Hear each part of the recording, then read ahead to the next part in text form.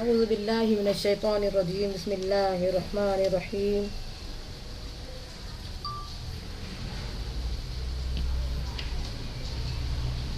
رب اشرح لی صدری ویسر لی امری واحلل عقدۃ من لسانی یفقہوا قولی.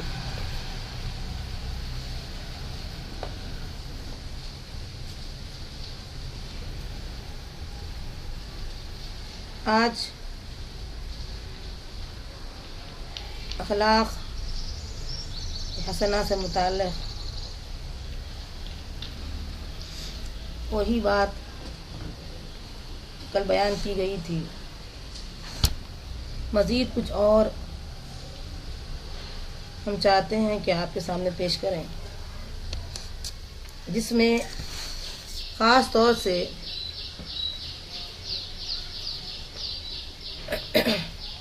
امت مسلمہ کو آج کے دور میں دیگر بے شمار مسائل کا سامنا کرنا ہے، جس میں سب سے اہم مسئلہ آتا ہے معاش کا. اور معاش یعنی روزی، رزق کی کنجیاں ہم جاننے کی کوشش کریں گے. تو کون سے احکام ہیں جس کی وجہ سے ہمیں انشاءاللہ یہ رزق حلال ملے. ایک کے بعد دیگر میں آپ کے سامنے ہر حکم کے بارے میں بتاؤں گی. پہلے ہم یہ جانیں گے کہ وہ احکامات ہے کیا. پہلا حکم یہ آتا ہے کہ اپنے گناہوں سے توبہ اور استغفار. دوسرا، صبح سویرے رزق کی تلاش. تیسرا، اللہ کا تقوی. چوتھا، گناہوں سے بچنا. پانچواں ہے اللہ پر توکل. چھٹا، اللہ کی عبادت کے لیے خود کو فارغ کرنا.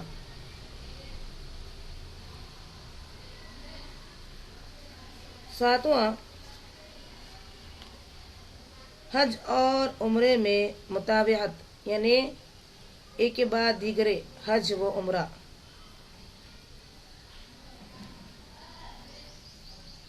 اس کے بعد اللہ کی راہ میں خرچ کرنا، اور اس کے بعد طالب علم پر خرچ کرنا، صلہ رحمی کرنا، کمزوروں اور ضعیفوں کی مدد کرنا. یہ کام مسلسل کیا جانا چاہیے. نبی اکرم صلی اللہ علیہ وسلم نے فرمایا کہ یہ رزق کی کنجیاں ہیں. شریعت میں ایسے بہت سے ذرائع بتائے گئے ہیں جس پر عمل پیرا ہو کر انسان اپنے رزق میں کشادگی محسوس کرتا ہے. ان میں سے بعض ذرائع جیسے کہ ہم نے آپ کو بتایا ہے توبہ اور استغفار. جو شخص اپنے گناہ پر نادم ہوتا ہے، اس کو چھوڑنا اور آئندہ اس سے دور رہنے کا عزم کرتا ہے، اسے انشاءاللہ یہ کنجی نصیب ہو جائے گی. اس میں جیسے کہ اللہ تعالیٰ نے فرمایا سورہ نوح آیت نمبر 10 اور 12 میں، فَقُلْتُ اسْتَغْفِرُوا رَبَّكُمْ إِنَّهُ كَانَ غَفَّارًا يُرْسِلِ السَّمَاءَ عَلَيْكُمْ مِدْرَارًا وَيُمْدِدْكُمْ بِأَمْوَالٍ وَبَنِينَ وَيَجْعَلْ لَكُمْ جَنَّاتٍ وَيَجْعَلْ لَكُمْ أَنْهَارًا. میں نے کہا کہ اپنے رب سے اپنے گناہ بخشواؤ اور معافی مانگو، وہ یقیناً بڑا بخشنے والا اور تم پر آسمان کو خوب برساتا ہوا چھوڑ دے گا اور تمہیں خوب پے در پے مال اور اولاد میں ترقی دے گا اور تمہیں باغات دے گا اور تمہارے لیے نہریں نکال دے گا۔ تو یہاں پر معلوم ہوا کہ معافی مانگو، گناہ پر کور کرو نیکیوں کے ذریعے سے، تب جا کر کے اللہ تعالیٰ کی رحمت تم پر برسے گی، اولاد میں ترقی ہوگی اور تمہیں باغات، نہریں، ہر چیز سے اللہ تعالیٰ تمہیں نوازے گا، کیونکہ باغات، نہریں، معاش جہاں تو معاملہ ہے اس کا، بارش کی بڑی اہمیت ہوتی ہے۔ اللہ تعالیٰ فرماتے ہیں تمہیں یہ تمام چیزیں ہم نے دیں گے ایک ہی کام کے نتیجے میں، وہ کیا ہے کہ معافی مانگو، استغفار کرو۔ نبی اکرم صلی اللہ علیہ وسلم دن بھر میں کئی بار، 100 بار کہیں آیا ہے اور کئی بار آپ نے استغفار کو اپنے لیے لازم کر لیا تھا۔ اب بتائیے نبی صلی اللہ علیہ وسلم کے چھوٹے بڑے، چھوٹی چھوٹی لغزشیں، یہ سب کچھ جو ہے معاف ہو چکی ہیں، لیکن اس کے باوجود بھی استغفار جو کر رہے ہیں، ہمیں کس قدر ضرورت ہے کہ ہم دن بھر میں اس سے زائد بار استغفار کریں، کیونکہ ہمارے گناہ بے شمار ہیں اور ہم وہی کام چھوڑ بیٹھے ہیں جس کا حکم اللہ کے رسول نے دیا ہے اور عملاً کر کے بتایا ہے، ہم وہی کام چھوڑ دیے ہیں۔ اور ہمارے نزدیک استغفار کا مطلب یہ ہے کہ خالی انگلیوں پر استغفار کی جو ہے گنتی پوری کر لیں اور اس کام سے اپنے آپ کو دور نہ رکھیں جس کے لیے اللہ نے حکم دیا ہے۔ تو یہ کون سی استغفار ہوئی؟ اس کی مثال یوں ہوئی جسے کسی نے ڈاکٹر کے نسخے کو سامنے رکھا اور کئی بار دوا کا نام لیا، لیکن دوا کڑوی گولی ہے، نگلا نہیں، تو کہاں اس کی بیماری دور ہوگی؟ اس طریقے سے اللہ رب العالمین نے سورہ ہود آیت نمبر 52 میں فرمایا کہ اے میری قوم کے لوگوں، یعنی ہود علیہ السلام نے کہہ رہے ہیں، اے میری قوم کے لوگوں، تم اپنے پالنے والے سے اپنے گناہوں کی معافی طلب کرو اور اس کی جانب میں توبہ کرو تاکہ وہ برسنے والے بادل تم پر بھیج دے اور تمہاری طاقت پر اور طاقت و قوت بڑھا دے اور تم جرم کرتے ہوئے روگردانی نہ کرو۔ کیا معلوم ہوا اس سے کہ اللہ تعالیٰ اس وقت برسائے گا بادل جب ہم اپنے گناہوں کی معافی اور توبہ کا سلسلہ جاری رکھیں گے تو اللہ تعالیٰ 2 بڑی نعمتوں سے ہمیں نوازے گا۔ ایک تو گناہ معاف ہو گئے، دوسرے یہ کہ طاقت پر طاقت، قوت بڑھا دے گا اللہ تعالیٰ۔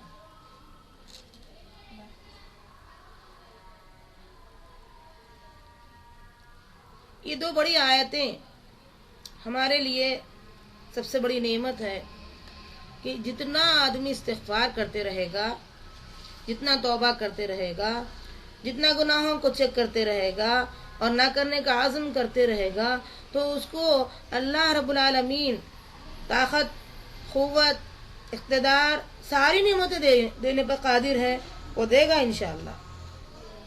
آج ہم اپنے لیے لازم کر لیں گے کہ صبح سے شام تک جو گناہ ہم سے ہو رہے ہیں اس کے لیے استغفار کریں گے، توبہ کریں گے، ساتھ ساتھ چھوڑنے کا پکا ارادہ کریں گے، ایسا عزم کریں گے، پھر انشاءاللہ تعالی اللہ چاہا تو پھر ہمارے لیے یہ چیز آسان ہو جائے گی اور ایک نیکی دوسرے نیکی کو جس طریقے سے کھینچتی ہے، جب ہم گناہ چھوڑ دیں گے تو ایک نیکی ضرور کریں گے، توبہ ایک نیکی کی طرف ہمیں مائل کرے گی اور ایک نیکی دوسری نیکی پہ کرے گی، یہاں تک کہ گناہ ہمارے ختم ہو جائیں گے، چھوٹ جائیں گے۔ دوسری چیز آتی ہے صبح سویرے رزق کی تلاشی. ہم دیکھتے ہیں کہ خاص طور سے مسلمان صبح سویرے سونے کا انتظام کرتے ہیں. سب سے پہلے ہمارے پاس ہر گھر دیکھیے آپ صبح سویرے سو جاتے ہیں. جو فرشتے آتے ہیں رحمت لے کر وہ واپس جاتے ہیں. ان کے پاس نماز کا کوئی نظم نہیں. اٹھتے ہیں تو پہلے ٹی وی کے ساتھ معاملات شروع ہوتے ہیں. صبح سے شام تک جس گھر میں پتلے ناچتے ہیں کیا اس گھر میں اللہ کے فرشتے داخل ہو سکیں گے؟ کیا وہ برکتوں سے مالا مال ہو سکیں گے؟ صبح سویرے رزق کی تلاش کرتا ہے اس کے بارے میں ابن ماجہ کی حدیث ہے. حدیث نمبر بھی آپ یاد رکھ لیں گے 1832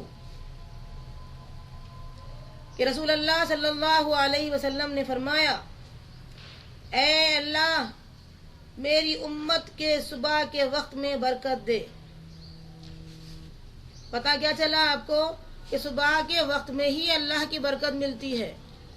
اے اللہ میری امت کے صبح کے وقت میں برکت دے. اب وہ شام اور رات کا وقت تو نہیں آیا ہے. معلوم کیا ہوا؟ صبح کے وقت میں ہی ہر خیر ملے گا انشاءاللہ. دعا یہ کریں اللہ رب العالمین جو ہم سن رہے ہیں عمل کرنے والے بن جائیں، کیونکہ یہ ہمارے فائدے میں وہ تمام باتیں لکھ دی گئی ہیں کہ اگر ہم اس کو عمل کر کے دیکھیں گے تو حقیقت میں فائدہ معلوم ہوگا. اور ظاہر سی بات ہے جو نبی کہے جو اللہ کہے کیا وہ ہمارے فائدے کی بات ہی ہوگی. اس میں اللہ کا کیا فائدہ ہے سوائے ہمارے فائدے کے؟ اس میں اللہ کا کچھ فائدہ نہیں ہے. رسول اللہ صلی اللہ علیہ وسلم نے فرمایا جس نے اپنے لیے برکت چاہی، برکت کیا ہے؟ ہر چیز، ہر خرابی میں سے ایک خیر. تو ہر اس دنیا کی تمام نعمتوں میں سے ایک چنندہ نعمت اللہ دینے پر قادر ہے، لیکن یہ نعمت ملے گی صبح میں. اور آپ دیکھیے جو لوگ صبح سے کام شروع کرتے ہیں ان کے لیے وقت میں برکت ہوتی ہے. واقعی ان کا کام بہتر سے بہتر ہوتا. اور آپ دیکھتے ہیں کہ جو لوگ صبح کام اپنا شروع کر دیتے ہیں اللہ تعالیٰ ان کے مال میں بھی برکت دیتے ہیں. ان کے اولاد بھی بہت بہتر رہتی ہے. ان کی دنیا کے سارے معاملات بھی بڑی آسانی سے ہوتے ہیں اور وہ ہر کام وقت پر کر سکتے ہیں. بڑی بڑی نعمتوں سے اللہ ان کو نواز دیتا ہے. تو صبح سویرے رزق کی تلاش کرنا ضروری ہے. اور نمبر 3 آتا ہے تقوی، یعنی ہر حال میں اللہ کا ڈر ہو. انسان یہ طے کر لے کہ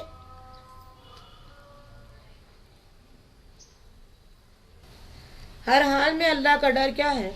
سورہ طلاق کی آیت نمبر 2 اور 3 ہم جانیں گے.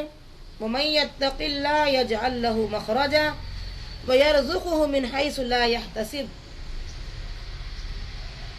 آپ جانتے ہیں اللہ رب العالمین سورہ طلاق میں جو بات بیان کی ہے سب سے پہلے اس میں تقوی کی بات آئی ہے. مَن يَتَّقِ اللَّهَ، جو اللہ کا تقوی اختیار کرے، اللہ کا خوف اس کے اندر آ جائے، یجعل لہ مخرجا، تو اس کے لیے ہم چھٹکارے کی شکلیں نکال دیتے ہیں. اور وَيَرْزُقُهُ مِنْ حَيْثُ لَا يَحْتَسِبُ، وہاں سے روزی دیتے ہیں جس کا اسے گمان بھی نہ ہو، خیال بھی نہ ہو. بنیاد بنی ہے تقوی اور اسباب بنے ہیں اسی تقوی کی بنیاد پر چھٹکارے کے. کئی شکلیں نکل جاتی ہیں چھٹکارے کی، جس سے ہم چھٹکارا چاہتے ہیں وہ نکل جاتی ہیں. اور اللہ تعالیٰ ایسی روزی ہمارے لیے لکھ دیتا ہے جو ہمارے گمان میں بھی نہیں ہوتی ہے، وہ چیز ہمیں مل جاتی. جیسے ہم کئی بار سوچتے ہیں کہ میں سوچی بھی نہیں تھی یہ چیز ایسا ہوگی، اللہ نے ایسے طریقے اختیار کیے کہ میری سوچ سے اونچا معاملہ میرے ساتھ ہوا ہے، اور یہ صرف تقوی کی بنیاد پر ہوا ہے. اور اللہ تعالیٰ رب العالمین تقوی والے کو بہت پسند فرماتا ہے. دنیا کی کوئی شخصیت اللہ کی نظر میں معنی نہیں رکھتی سوائے متقی کے. اس کے بارے میں ہم دیکھتے ہیں ان اکرمکم عند اللہ اتقاکم، اللہ کے نزدیک باعزت وہ بنے گا جو بہت زیادہ متقی ہوگا۔ دعا کیجیے اللہ تعالی ہمیں سب سے زیادہ متقی پرہیزگار بنا۔ ایک اور جگہ اللہ رب العالمین کا ارشاد مبارک ہے، سورہ اعراف کی آیت نمبر 96 ہم لیتے ہیں کہ اگر ان بستیوں کے رہنے والے ایمان لے آتے اور پرہیزگاری اختیار کرتے تو ہم ان پر آسمان اور زمین کی برکتیں کھول دیتے، لیکن انہوں نے تکذیب کی تو ہم نے ان کے اعمال کی وجہ سے ان کو پکڑ لیا۔ غور کریے، ایمان کی شرط رکھی گئی اس آیت کے اندر۔ اگر ان جو بستی میں رہتے تھے ان بستیوں والوں کے بارے میں یہ کہا جا رہا ہے کہ ایمان لاتے ہوتے، پرہیزگاری اختیار کرتے ہوتے تو ہم ان پر آسمان اور زمین کی برکتیں کھول دیتے۔ وہی تقوی کی بات آئی ہے اور ایمان کی بات آئی ہے۔ اس کا ٹکڑا ہم غور کریں گے، وَلَوْ أَنَّ أَهْلَ الْقُرَىٰ آمَنُوا وَاتَّقَوْا لَفَتَحْنَا عَلَيْهِمْ بَرَكَاتٍ مِّنَ السَّمَاءِ۔ اگر یہ بستی والے ایمان لے آتے، آج ہم میں سے کئی لوگ ایمان تو لائے ہیں لیکن عملی میدان میں اتنے نہیں ہیں، تو اسی لیے جو آفتیں ہمارے پاس آ رہی ہے، جو کمی ہم محسوس کر رہے ہیں، اور واتقوا، تقوی کی بات ہمارے اندر نہیں ہے۔ اگر پرہیزگار ہوتے، تقوی اختیار کرتے، پرہیزگاری اختیار کرتے تو انشاءاللہ اس کے لیے اللہ نے کیا فرمایا، لفتحنا علیہم، ہم ان پر کھول دیتے، برکات من السماء والارض، برکتیں آسمان سے بھی اور زمین سے بھی۔ لیکن ہم دیکھتے ہیں ہم اپنے عمل سے جھٹلاتے ہیں اور اس عمل ہی کی وجہ سے اللہ نے ہمیں پکڑ لیا۔ چوتھی چیز ہے گناہوں سے بچنا۔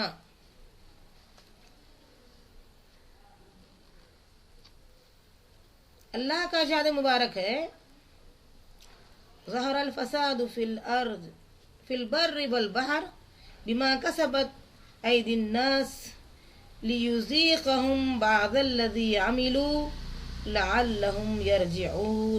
سورہ روم کی آیت نمبر 41 میں اللہ نے فرمایا کہ خشکی یعنی زمین اور تری یعنی سمندروں میں لوگوں کی بدعملیوں کے باعث فساد پھیل گیا۔ اور جب اللہ کہہ رہا ہے کہ لوگ جتنے بدعمل رہیں گے اس کا اثر بر اور بحر دونوں میں ہوگا، اس لیے کہ انہوں نے ان کے بعض کرتوتوں کا پھل جو انہوں نے کیا ہے کرتوت، اللہ نے اس کا مزہ چکا بھی دیا ہے، اور پھر بھی اللہ تعالیٰ موقع دے رہا ہے لعلہم یرجعون، اب تک جو کیے لیکن اب باز آ جاؤ۔ اگر اب بھی باز آتے ہیں، اب بھی گناہوں سے بچتے ہیں تو اللہ تعالیٰ پھر وہ نعمت تمہیں دوبارہ دینے والا ہے۔ معلوم یہ ہوا کہ آج تک جتنے لوگ گناہ پہ مبتلا ہیں ان کو چاہیے کہ اس آیت پر غور کریں، سورہ روم کی آیت نمبر 41 پہ غور کریں کہ خشکی اور تری میں لوگوں کی بدعملیوں کی وجہ سے فساد برپا ہوتا ہے۔ آج جس شکل کا فساد ہو رہا ہے اس کی وجہ یہی ہے کہ اللہ رب العالمین ان کی اس کرتوت کو برداشت نہیں کرتا۔ اگر وہ اب تک کیے ہیں تو رب العالمین ہمیں سہولت دے رہا ہے، مہلت دے رہا ہے کہ اگر وہ باز آ جائیں تو پھر انشاءاللہ ان کے معاملات درست ہو جائیں گے۔ تو اس میں کیا معلوم ہوا، گناہوں سے بچنے کی رغبت ہمارے اندر آئے، شوق آئے کہ ہم گناہوں سے بچتے رہیں، نیکیوں کا کام کرتے رہیں، گناہ سے اتنا بچیں جیسے آگ سے بچتے ہیں۔ اس طریقے کا معاملہ اگر ہو جائے تو خود بخود گناہ سے بچنے کا مطلب یہ ہوا کہ نیکی کی طرف آئے، اور نیکی کو کھینچ لیتی ہے، تو نیکیوں کا شوق، رغبت، یہ جو ہے انشاءاللہ آج سے ہم اس قسم کا کام شروع کر دیں گے کہ نیکی پر نیکی، نیکی پر نیکی، ہو سکتا ہے اللہ اس پر جو ہے ہمارے لیے برکتیں اور رحمتیں بھیج دے۔ اس کا معاملہ ہم انشاءاللہ شروع کرتے جائیں گے، اور رب العالمین سے دعا بھی مانگیں گے کہ اللہ تعالیٰ ہمارے لیے گناہوں سے بچنا آسان ہو جائے اور نیکیوں پر عمل کرنا بھی آسان ہو جائے۔ پانچویں چیز آتی ہے اللہ پر توکل۔ اس بات کا یقین رکھنا کہ کائنات میں سب کچھ، تخلیق، رزق، نفع، نقصان، بیماری، موت اور زندگی، غرض ہر چیز تنہا اللہ تعالیٰ کے حکم سے ہے، یہ یقین ضروری ہے۔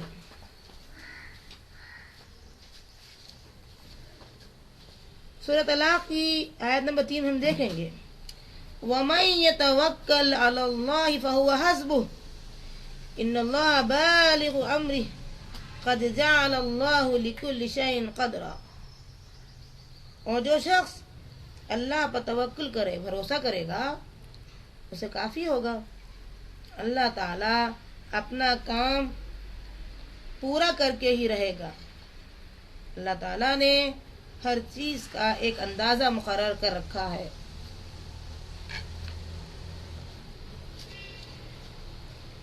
صحیح ابن ماجہ کی حدیث نمبر 3377 میں اللہ کے رسول صلی اللہ علیہ وسلم نے فرمایا، یہ روایت کردہ حدیث ہے عمر بن خطاب رضی اللہ عنہ کی، کہ اللہ کے رسول نے کیا فرمایا، اگر تم اللہ پر ایسے بھروسہ کرو جیسا اس پر بھروسہ کرنے کا حق ہے، تو وہ تمہیں ایسے رزق دے گا جیسے پرندوں کو رزق دیتا ہے، جو صبح خالی پیٹ جاتے ہیں اور شام بھرے پیٹ لوٹتے ہیں۔ ایسے بھروسہ کرو۔ آپ دیکھیے پرندوں کو، ان کو کبھی یہ نہیں معلوم ہوتا ہے کہ ان کی روزی کہاں لکھی گئی ہے۔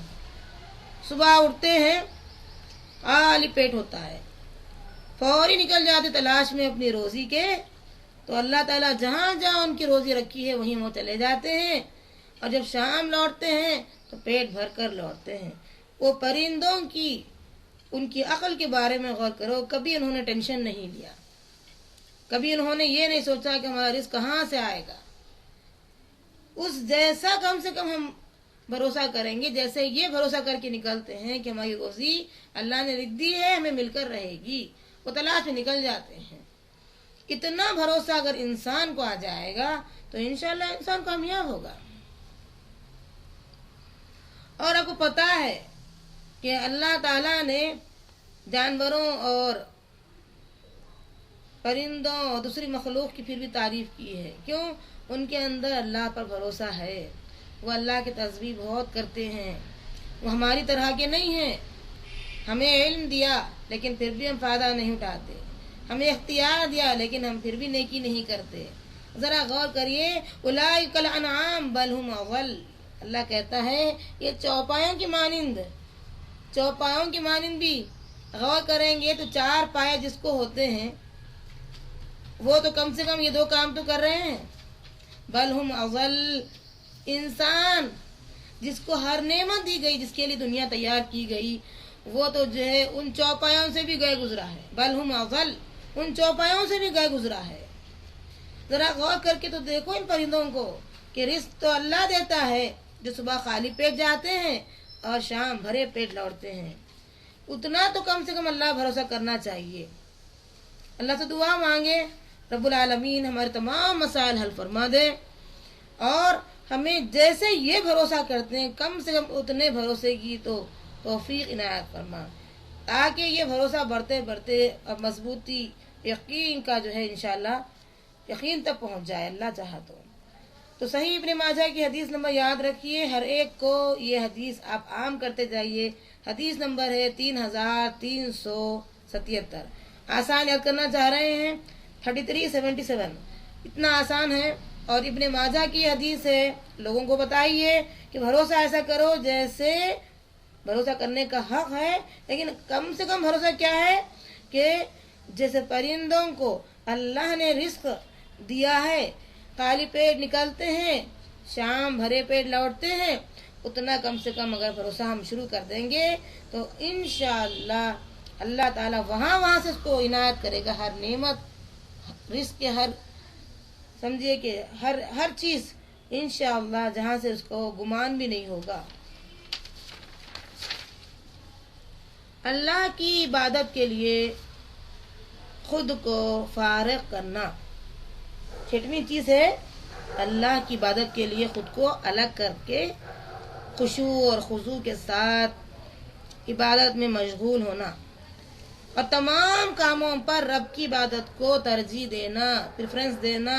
اگر جو شخص یہ طے کر لے کہ میں تمام تر کاموں میں میرے رب کی عبادت کو میں ترجیح دوں گی تو وہ انشاءاللہ کامیاب ہو۔ جیسے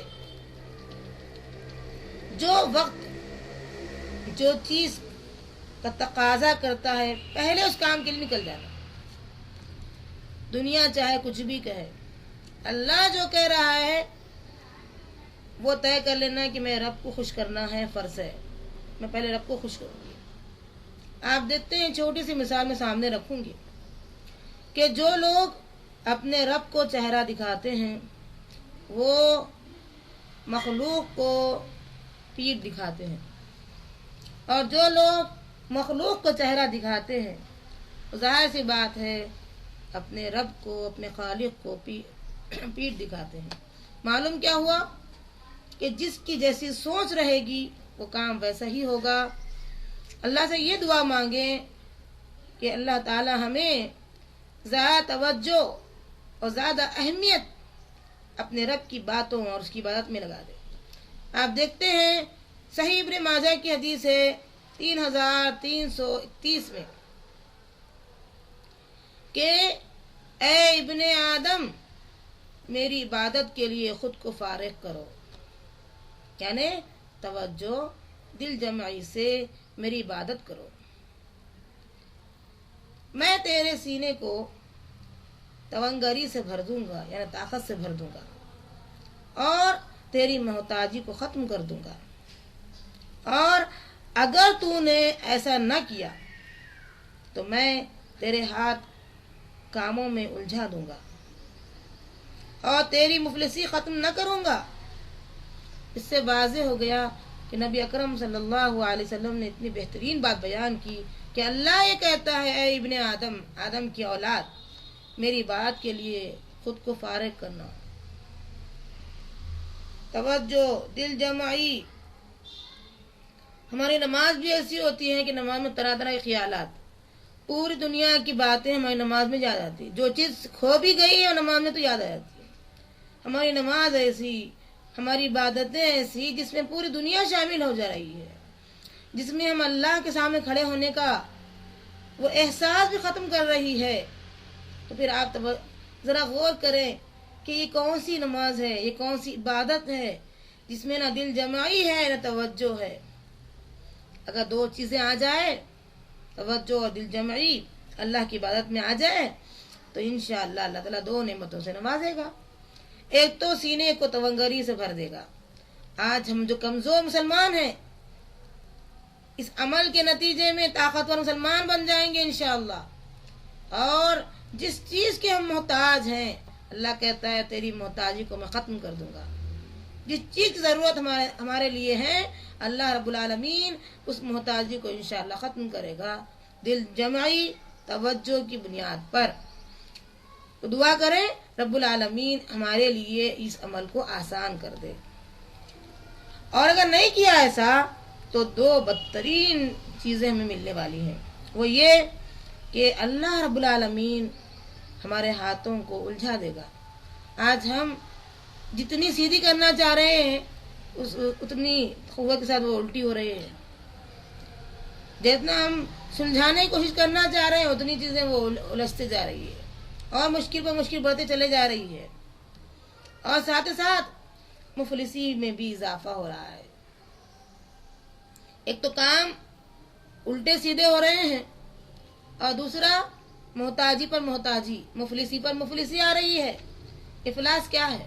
نحوست۔ گھر میں آپ دیکھتے ہیں تقریباً کے گھر نحوست سے بھرے ہوئے ہیں، نہ صبح کی نماز ہوتی ہے، اگر ہوتی بھی ہے توجہ نہیں ہوتی، بالکل ایسی نماز جس سے وہ نماز کے فویل للمصلین، تباہی ہو ایسے نمازیوں کی، الذین هم عن صلاتهم ساہون، نماز میں کوئی توجہ نہیں ہے، دل ہی نہیں جانتا ہے کہ کیا پہلی رکعت میں سورت پڑھی ہے، دل ہی کو نہیں معلوم ہے، اس کے دل کو نہیں معلوم ہے، یاد ہی نہیں ہے، ساہون غفلت برتنا۔ رب العالمین کے سامنے ایسے کوئی کھڑے رہے گا؟ وہ کون سی ہستی ہے؟ وہ شہنشاہوں کا شہنشاہ ہے، بادشاہوں کا شہنشاہ ہے، اس کے سامنے کیسے کھڑے ہو رہے ہیں؟ اس کی معرفت ہم کو نہیں ملی ابھی تک، ہم اس کو پہچانے نہیں۔ یہ بے توجہی، یہ غفلت ہمارے زندگی کے اندر کاموں کو الجھا رہی ہے، اور مفلسی پر مفلسی ہمارے گھروں میں جو ہے آ رہی ہے، نحوست ہمارے گھر میں آ رہی ہے۔ اس کی واحد وجہ ہم ہی ہے۔ ہم سب سے پہلے دوسروں پر ہم یہ کہ کوئی جادو کیا ہوگا، ہو سکتا کیا بھی ہو، کوئی حسد کیا ہوگا، ہو سکتا کیا بھی ہو، کسی کی بد نظری، وہ بھی ممکن ہے، لیکن اصل چیز تو ہم ہی ہے پہلے، کہ ہم نے تو یہ کام کیا ہے کہ اللہ تعالیٰ کی عبادت تو کی ہے، لیکن جس طریقے سے کرنے کا حق تھا ہم نے اس کو ادا نہیں کیا۔ دل جمعی، توجہ، اخلاص، ہم نے اس کو جو ہے دیکھا نہیں، اس پر غور نہیں کیا۔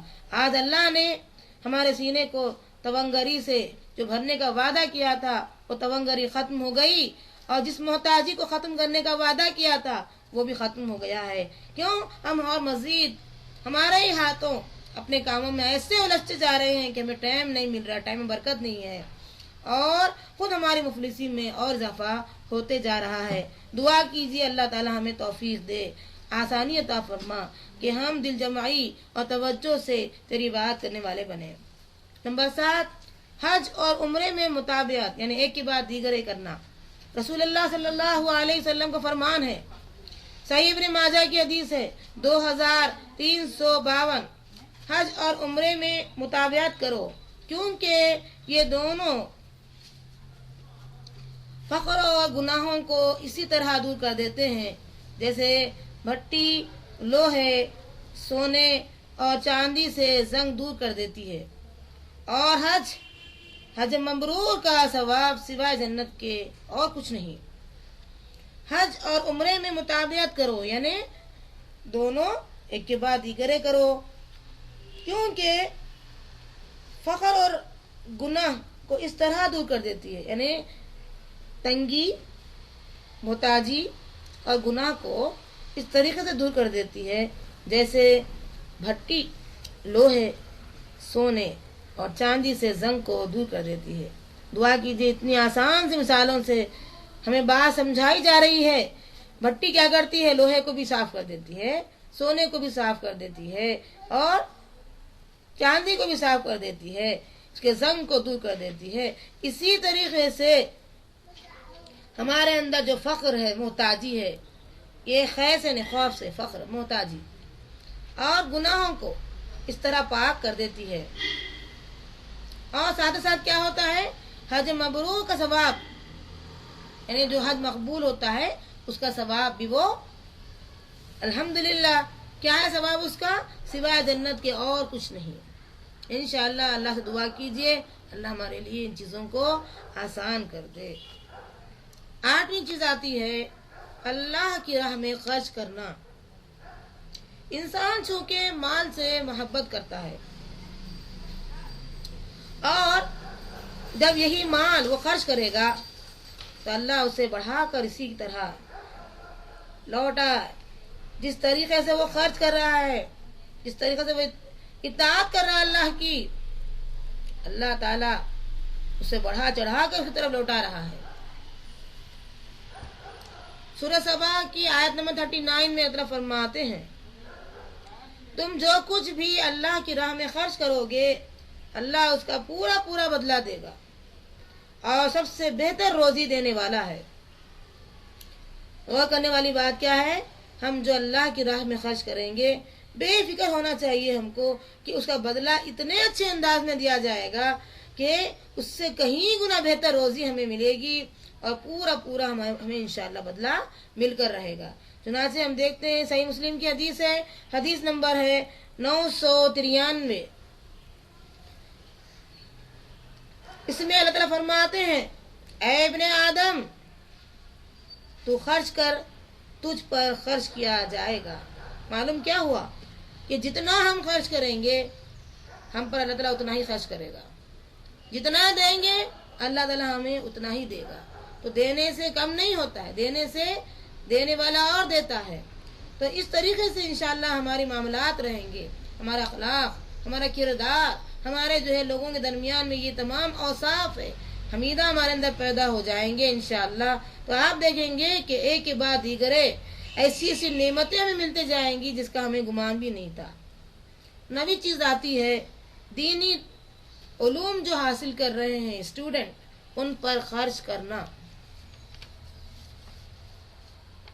چنانچہ ہم دیکھتے ہیں صحیح ترمذی کی حدیث ہے 2345 حدیث نمبر۔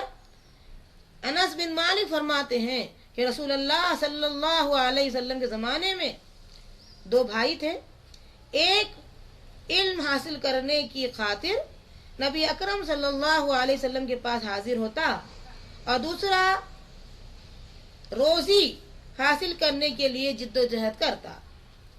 جو روزی حاصل کرنے کے لیے محنت کیا، اسٹرگل کرنے والا، اس نے نبی اکرم صلی اللہ علیہ وسلم سے اپنے بھائی کی شکایت کی تو آپ صلی اللہ علیہ وسلم نے فرمایا شاید تمہیں اسی کی وجہ سے رزق دیا جا رہا ہوگا، یعنی تم جس طریقے سے اپنے بھائی کی مدد کر رہے ہو مالی اعتبار سے، جو کچھ پیسہ تم جو ہے اس کے لیے خرچ کر رہے ہو، تمہیں جو روزی دی جا رہی ہے وہ اس کے علم حاصل کرنے کے نتیجے میں۔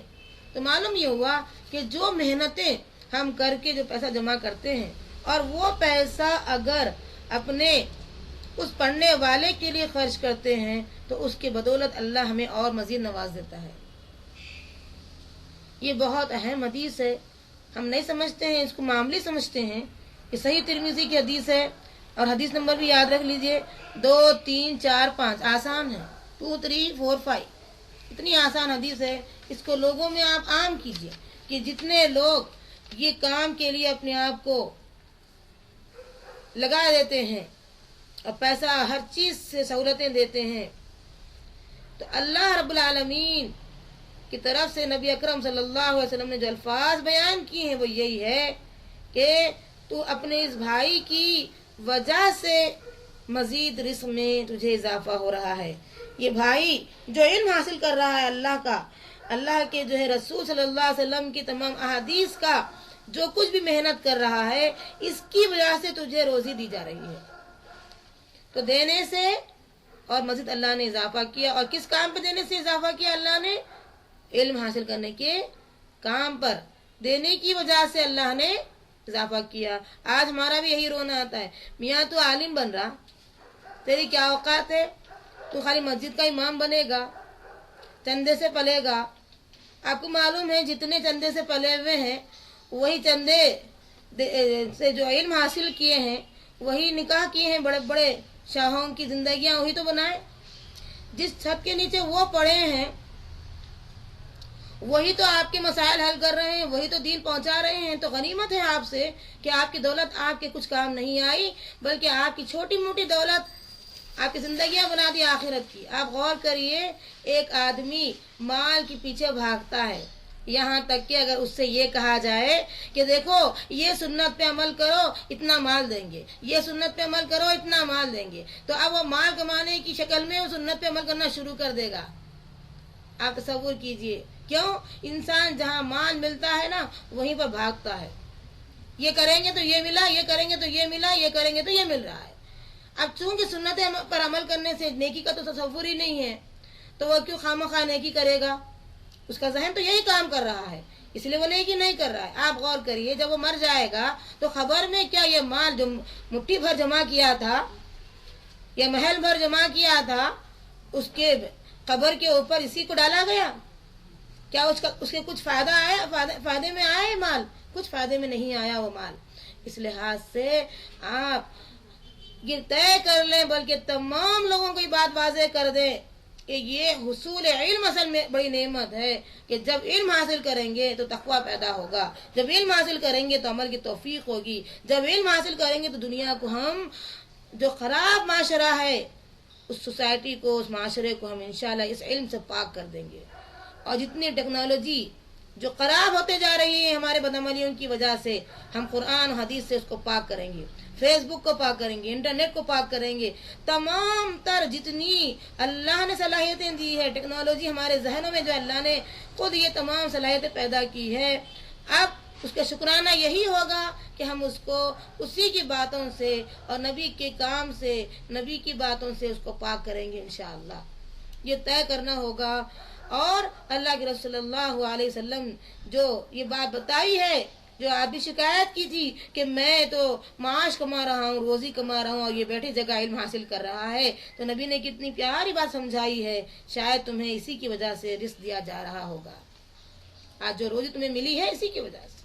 تو جو لوگ آج محنت کر رہے ہیں، کوششیں کر رہے ہیں، علم پھیلا رہے ہیں، جتنا ہو سکے آپ ان پر خرچ کریں گے تو اتنے ہی اس سے بہتر انداز میں اللہ روزی عطا کرے گا اور پاک صاف روزی تمہیں ملے گی، یہاں تک کہ اللہ رب العالمین خوش ہو جائے گا، راضی ہو جائے گا۔ 10ویں چیز آتی ہے صلہ رحمی کرنا۔ اب اس میں دو چیزیں آپ غور کریے، ایک چیز ہوتی ہے نسبی اور دوسری ہوتی ہے سسرالی۔ دو چیزوں کے بارے میں اللہ کے رسول صلی اللہ علیہ وسلم کا فرمان کیا ہے، دیکھیے، نسبی اور سسرالی رشتہ داروں کے ساتھ احسان کا معاملہ کرو۔ ہم کیا سوچتے ہیں، ہماری سگی امی ہے کیا، یہ تو ہمارے شوہر کی ماں ہے، یہاں احسان کا معاملہ آیا ہے، احسان کا معاملہ کرو۔ ان کے جتنے رشتہ دار ہیں، شوہر کے جتنے بھی رشتہ دار ہیں وہ تمہارے اپنے ہو جاتے ہیں نکاح کے بعد، ان کے ساتھ احسان کا معاملہ کرو، اچھا سلوک کرو۔ اور آپ دیکھتے ہیں کہ یہ حدیث سے جو واقف نہیں ہے، خاص طور سے جو اپنے آپ کو ایجوکیٹڈ سمجھتے ہیں، ان کا یہ معاملہ ہے کہ اپنے ماں باپ کو جو بوڑھاپے کی حالت میں جو جس قدر وہ تڑپتے ہیں اپنی اولاد کے لیے، اتنی ہی وہ دور رہتے ہیں، یہاں تک کہ اولڈ ہاؤس یعنی جو گھر بنا دیا گیا ان کے لیے کہ یہ بوڑھوں کا ہی رہنے کا گھر ہے، وہ ہمارے بیچ میں ڈسٹرب نہ کرے، رکاوٹ نہ ڈالیں، یہ جو محسوس کرتے ہیں وہ لوگ جو اس گھر میں ڈال دیتے ہیں، ان کا انتقال ہونے تک ان کو پرواہ ہی نہیں ہوتی۔ جو ماں باپ ان کو ایک ایسی حالت میں جب ان پر رحم ضروری تھا پوری طریقے سے قربانیاں دی، اپنے ہر چیز کی قربانی انہوں نے دی، اس کے باوجود انہوں نے ان پر ذرا برابر بھی رحم نہیں کھایا، اور اپنی خوشی، اپنی لذت، اپنی دنیاوی زندگی کو انہوں نے پریفرنس دیا، یہاں تک کہ ان کو لے جا کر کے ایسی جگہ ڈال دیا کہ یہ لوگ روتے روتے اپنی جان دے دی۔ اور یہی اولاد جن کے لیے قربانیاں انہوں نے دی تھی، یہ اولاد ان کے کچھ کام نہیں آئی۔ کتنے بد نصیب ہے وہ جو اللہ نے بہترین موقع انہیں عنایت کیا تھا، ماں کی شکل میں نعمت دی تھی، باپ کی شکل میں نعمت دی تھی، یہ اپنے آپ کو اس نعمت سے محروم کر لیے۔ ہمیشہ انہیں یہ پتا نہیں ہے کل کے دن یہ بھی بوڑھے ہونے والے ہیں، کل کے دن ان کی اولاد اس سے برا سلوک کرنے والی ہے ان کے ساتھ، انہیں اس کا علم نہیں ہے۔ اس وجہ سے انہوں نے اپنے بوڑھے ماں باپ کو تنہا چھوڑ دیا، اور یہاں تک کہ وہ نظر بھی نہ آئے، اس لحاظ سے انہوں نے دور تک ان کو لے جا کر کے چھوڑ دیا، اور پھر اس حال میں وہ انتقال کر گئے، انہیں پتا بھی نہیں چلا کہ ان کا جو ہے دفنانے اور کفنانے کا انتظام کس نے کیا ہے۔ یہ بد نصیبی کہاں سے آئی ہے؟ یہ لا علمی ہے، دین سے دوری ہے، قرآن سے دوری ہے، حدیث سے دوری ہے، اور ہم صرف دعوے کرتے ہیں اپنی جو ہے داڑھی بڑھا کر کے، برقعے اوڑھ کر کے، یہ صرف ظاہری چیزوں پر ہم سمجھتے ہیں یہی دین ہے، پلس کو دیکھ کر سمجھتے ہیں یہی دین ہے، کہ ہم نے تو نماز پڑھا، ہم نے تو حج کیا، ہم نے تو زکوٰۃ دی وغیرہ وغیرہ، لیکن حقیقت سے ہم بہت دور ہے۔ ہمیں نہیں معلوم ہے کہ ہم نے کوئی عمارت کبھی نہیں کھڑا کری، ہم نے نہ چھت ڈالا ہے، نہ کھڑکی اور دروازے کا انتظام کیا، کیسے سمجھے کہ یہ گھر ہے؟ ہم نے کوئی محنت نہیں کی۔ اور اس روح کو جو بہت بلندی سے آئی ہے ہم نے اس کو نیچے ہی نیچے بلکہ جہنم کے حوالے کیا ہے۔ ہماری تھوڑی سی محنت، تھوڑی سی مشقت، تھوڑی سی سوچ کے بدلاؤ کی وجہ سے ہم ہو سکتا تھا کہ اپنی انتھک محنت کی اور جسم کو جو ہے اس قابل بنا کر کے اپنی روح کو اس مقام تک لا سکتے تھے، لیکن ہم اس کام کو اہمیت نہیں دی۔ جنت تو ماں کے قدموں تلے کر دی گئی تھی، ہم نے اس کو باہر تلاش کیا اور جنت تھی وہ اپنے ہی ماں کے قدم کے نیچے۔ اللہ تعالی ہم سب کو صحیح علم، صحیح عمل اور صحیح پیغام پہنچانے کی توفیق عطا فرما۔ غور کرنے والی بات کیا ہے اس کے اندر کہ نسبی اور سسرالی رشتہ داروں کے ساتھ احسان کا معاملہ کرنا ہوگا، چاہے وہ شوہر کی ماں کیوں نہ ہو، چاہے وہ شوہر کی بہن کیوں نہ ہو، چاہے وہ شوہر کی کوئی بھی اپنی رشتہ دار کیوں نہ ہو، ہر ایک کے ساتھ احسان کا معاملہ کرو، اور اپنی نسب کے ساتھ یعنی اپنے تمام لوگوں کے ساتھ، ماں باپ، اپنی جو بھی قریبی رشتہ دار ہے ان سے بھی احسان کا معاملہ کرو، اور شوہر کے قریبی رشتہ داروں سے بھی احسان کا معاملہ کرو۔ ان کے ساتھ ہمدردی والا سلوک کرنا چاہیے۔ جب آپ کو ضرورت ہے کہ یہاں ہمدردی فرض ہے میرے لیے، ہمدردی کرنا لازم ہے میرے لیے، ضرور وہ کام کریں، اور ہر معاملے میں ان کا خیال رکھا جائے کہ کہیں ان کو تکلیف نہ پہنچے۔ جہاں تک اطاعت کا معاملہ ہے وہ بات اس میں نہیں آئے گی، خدمت کا جہاں تک معاملہ ہے وہ بات ساری اس میں آ جائے گی۔ اطاعت صرف اور صرف اللہ ہی کی ہونی چاہیے۔ لا طاعت لمخلوق فی معصیۃ الخالق، خالق کی اطاعت کے مقابلے میں کوئی اگر مخلوق کی اطاعت کرتا ہے وہ اس کے لیے جہنم کی راہ کھولتا ہے۔ صرف اور صرف اطاعت اللہ کی اور اللہ کے رسول کی، کسی اور کی نہیں۔ میرے فلاں بولے، یہ بڑے بولے، وہ بڑے بولے، سب سے بڑوں کا بڑا اللہ، اور صحیح رہبر محمد رسول اللہ جس کو اللہ نے ہی بھیجا ہے، آپ کے قلب مبارک پر قرآن کو اتارا ہے، تو لہذا اطاعت اللہ، اس کے بعد اللہ کے رسول، بس اطیعوا اللہ و اطیعوا الرسول۔ سورہ محمد آیت نمبر 23 میں طرف فرماتے ہیں اطاعت کرو اللہ کی، اور وہ اطاعت ڈھونڈو کہاں؟ اللہ کے رسول صلی اللہ علیہ وسلم کی اطاعت کرتے تھے۔ وَلَا تُبْطِلُوا أَعْمَالَكُمْ، ان کی باتیں سن کے اپنے اعمال کو ضائع مت کرو۔ تو اطاعت کا جہاں تک معاملہ ہے وہ اللہ، اس کے رسول، بس اس کے کسی کی اطاعت جائز نہیں ہے۔ خدمت کا جہاں معاملہ ہے، سلوک کا جہاں معاملہ ہے، وہ پوری طریقے سے ان کا خیال رکھنا چاہیے، اور سلوک کرنے میں احسان کا معاملہ کریں، حد سے زیادہ اچھے سے اچھا سلوک کریں۔ چنانچہ ہم دیکھتے ہیں کیا حدیث ہے، بخاری میں بھی حدیث ملے گی آپ کو اور مسلم میں بھی حدیث ملے گی۔ بخاری کی حدیث کا نمبر میں حوالہ دیتی ہوں آپ کو 2067 یعنی 2067، اور مسلم کی حدیث کا حوالہ دے رہی ہوں میں آپ کو 2557 2557۔ ان دونوں میں رسول اللہ صلی اللہ علیہ وسلم کا ارشاد کیا ہے، غور کریے۔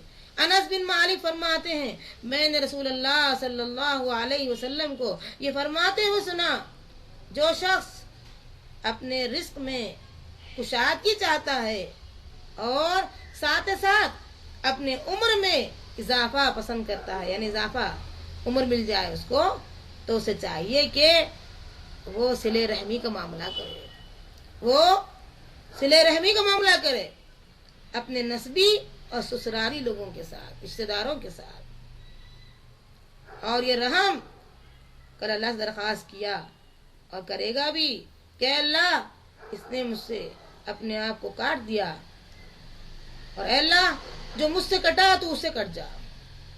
اللہ کا وعدہ ہے کہ جو رحمی رشتوں کو کاٹے گا اس کو اللہ تعالیٰ اس سے اپنا رشتہ ناتا کاٹ دے گا۔